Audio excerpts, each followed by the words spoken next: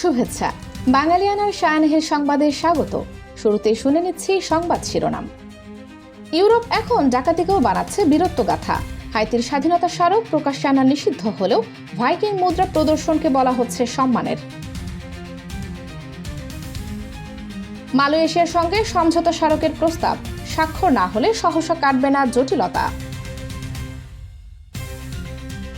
রাজার মতোই ফিরলেন ক্রিস্টিয়ানো রোনালদো। 41 বছরের তরুণের ওপর ভর করে জয়ের ধারায় ফিরেছে পর্তুগালও। এবার অন্যান্য সংবাদের সঙ্গে বিস্তারিত।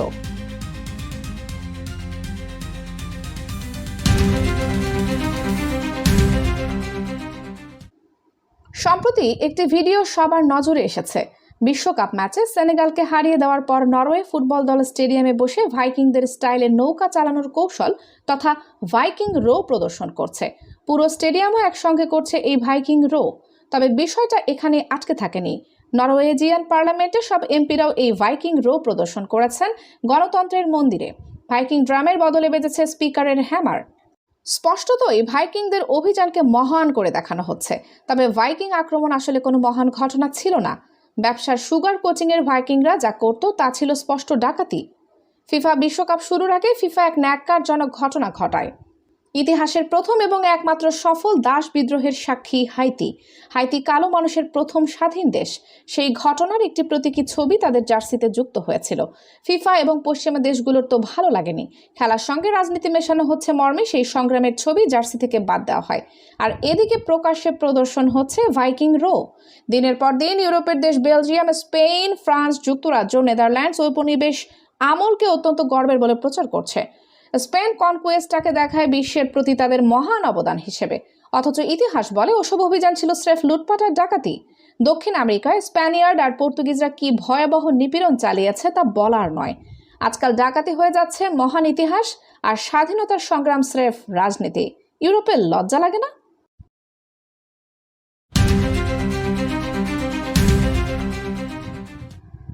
বাংলাদেশিদের জন্য মালয়েশিয়ার শ্রম বাজার আবার চালু করতে বিদ্যমান সমঝোতা স্মারক MOU সংশোধনের প্রস্তাব দিয়েছে ঢাকা।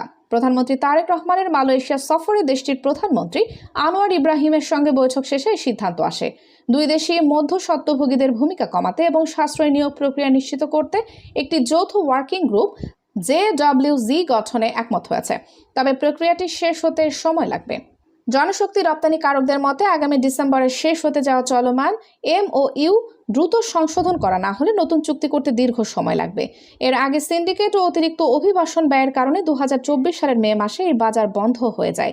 মালয়েশিয়ার প্রধানমন্ত্রী স্পষ্ট বলেছেন যে কর্মীদের শোষণ বা অনিয়ম কোনোভাবে মেনে নেওয়া হবে না। সমস্যা সমাধানে আগামী মাসে মালয়েশিয়ার মানব সম্পদ মন্ত্রীর ঢাকা সফরের কথা রয়েছে।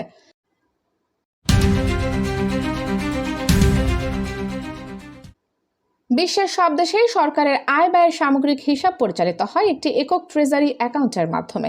যদিও বাংলাদেশে ছড়িয়ে ছিটিয়ে থাকা সরকারের বিভিন্ন হিসাবকে এখনও একক কাঠামোর অধীনে আনা সম্ভব হয়নি।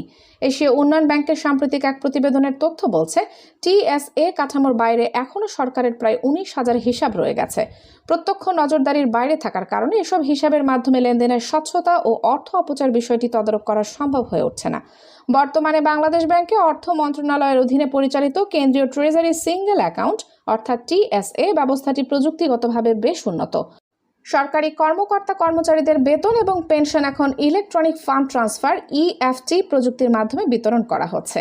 পাশাপাশি এ চালান পদ্ধতির মাধ্যমে সরকারের রাজস্ব প্রাপ্তি কেন্দ্রীয় প্রশাসনিক প্ল্যাটফর্ম iBus++ এর রিয়েল টাইমে যুক্ত হচ্ছে। এই অটোমেশনের ফলে অর্থ মন্ত্রণালয়ের অর্থ বিভাগ দৈনিক লেনদেনের সমন্বয় এবং তারল্য কার্যকরভাবে পর্যবেক্ষণ করতে পারছে।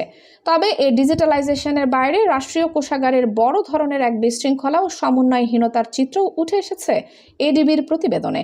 একদিকে সরকারি লেনদেনকে স্বয়ংক্রিয় করতে iBus++ বা চালানের মতো আধুনিক প্রযুক্তির ব্যবহার বাড়ছে, অন্যদিকে 19,000 ব্যাংক অ্যাকাউন্টকে কেন্দ্রীয় নজরদারির বাইরে রেখে এক সমান্তরাল ও অনিয়ন্ত্রিত আর্থিক ব্যবস্থা টিকিয়ে রাখা হয়েছে।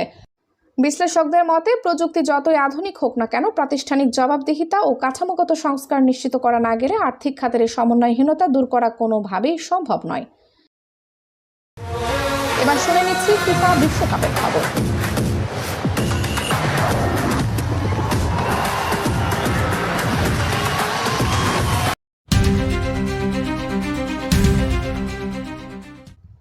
উজবেকিস্তানের বিরুদ্ধে 5-0 গোলের বিশাল জয় পেয়েছে হট ফেভারিট পর্তুগাল। তবে আরেক ফেভারিট ইংল্যান্ডকে আটকে দিয়েছে ঘানা। এদিকে জয় তুলে নিয়েছে ক্রোয়েশিয়া ও কলম্বিয়া। রোনালদো শুধু হ্যাটট্রিকটাই পেলেন না, পর্তুগালের দিক থেকে এটাই একমাত্র আক্ষেপের জায়গা। 6 ও 39 মিনিটে গোল করেন রোনালদো। পর্তুগালের হয়ে অন্য দুটি গোল রাফায়েল লিয়াও ও নুনো মেন্দেজের। 60 মিনিটে উজবেকিস্তান ডিফেন্ডার নেমাতভ আত্মঘাতী গোল করেন। বোস্টনে ইংল্যান্ড ঘানা ম্যাচ ড্র হয়েছে গোলশূন্য ড্রয়ে। রক্ষণে ঘানার দারুণ নৈপুণ্যের পাশাপাশি সুযোগ নষ্টের খেসারত দিয়েছে থ্রি লায়ন্সরা। ম্যাচের 87 মিনিটে পয়েন্ট ব্ল্যাঙ্ক রেঞ্জ থেকে গোল করতে ব্যর্থ হন ইংলিশ অধিনায়ক হ্যারি কেইন। গ্রুপ এল এর গুরুত্বপূর্ণ ম্যাচে পানামাকে 1-0 গোলে হারিয়ে বিশ্বকাপে টিকে রইল ক্রোয়েশিয়া। দলের জয়ে 54 মিনিটে একটিমাত্র গোলটি করেছেন আন্তে বুদিমির। এর ফলে টানা 2 ম্যাচে হেরে বিশ্বকাপ থেকে বিদায় নিল পানামা। নকআউট নিশ্চিত করেছে কলম্বিয়া। 76তম মিনিটে গোলটি করেন দানিয়েল মুনিওজ। মেক্সিকোর গুয়াদালাহারা স্টেডিয়ামে কে গ্রুপের ম্যাচটিতে শুরু থেকে ভালো খেলেছে কলম্বিয়া। তবে ডিআর কঙ্গো গোলকিপার লিওনেল এমপাসির দৃঢ়তায় গোল পাওয়া হচ্ছিল না। এমপাসি শুধু প্রথমার্ধে 6টি সেভ করেছেন, দ্বিতীয়ার্ধে করেছেন আরও 2টি। এবার শুনে নিচ্ছি বাংলালিয়ানা বাণিজ্য সংবাদ।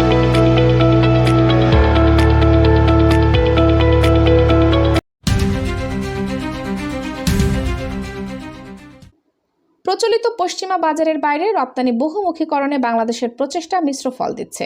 ইপিবির জুলাই থেকে মে মেয়াদের তথ্য অনুযায়ী চীনে ওভেন, নিট ওয়্যার ও চামড়াজাত পণ্যের উপর ভর করে রপ্তানি 15.76% বেড়ে $742.5 মিলিয়ন পৌঁছেছে। এছাড়া সৌদি আরব, সংযুক্ত আরব আমিরাত ও ব্রাজিলেও প্রবৃদ্ধি হয়েছে। তবে শীর্ষ অপ্রচলিত বাজার ভারতে রপ্তানি 3.44% কমে $161 কোটি নেমেছে। পাশাপাশি অস্ট্রেলিয়ায় 8.62% এবং তুরস্কে 11.63% রপ্তানি কমেছে।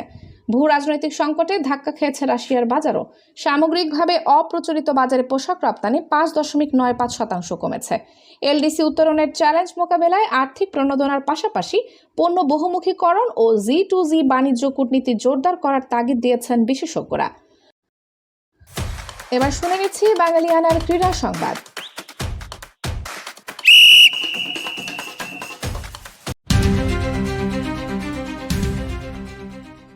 রোনালদোর সাফল্যের ক্ষুধা তাকে দিয়ে শুরু, তাকে দিয়ে শেষ।